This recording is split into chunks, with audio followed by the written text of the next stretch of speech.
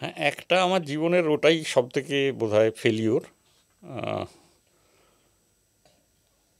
বেলেঘাটার এইদিকে একটা মার্ডার হয়েছিল,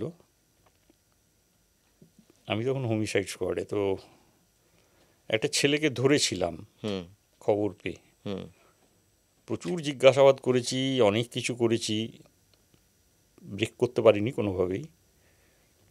এভিডেন্সও কিছু পাননি? এভিডেন্সও সেরকম পাইনি, তো ছেড়ে দিয়েছিলাম। তখন তো কিছু এভিডেন্স, মানে আমি বলছি সাইন্টিফিক এভিডেন্স তো না, কিছু ছিল তখন না। সাইন্টিফিক এভিডেন্সের কোনো জায়গা ছিল না।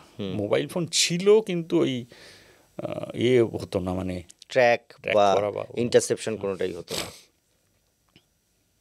3-4 বছর পরে আর একটা মার্ডার কেসে ওকে ধরা হয়। ওকে ধরেছিলেন, তখন ধরা পড়েছিল ইএসডিতে। আচ্ছা, মানে eastern suburban division. Eastern suburban ডিভিশনে ওরা ধরেছিল, মানে যেটা এই বেলেঘাটা অঞ্চলের পুরোটা। তখন ডিসি ইএসডি ছিলেন বোধহয় আমাদের জাভেদ শামীম সাহেব। ঠিক। তো তখন তো এসে গেছে এইসব জিনিসগুলো, ওর মোবাইল ট্র্যাক ফ্র্যাক করে ওকে কানেক্ট করা গেছিল ওই মার্ডারে। আচ্ছা, মানে ওই সময় যে ওখানে ছিল সেটা পরে, মানে পরের মার্ডারটা। হ্যাঁ, পরের মার্ডারটার সময় ধরা পড়ার পরে জানা গেল যে ওই সময় ওখান থেকে ও তো যেহেতু ওই মার্ডারে ওকে নেওয়া হলো, সাবসিকুয়েন্টলি ওকে ইন্টারোগেট করে জানা গেল যে ও আগেরটাও করেছে। ঠিক।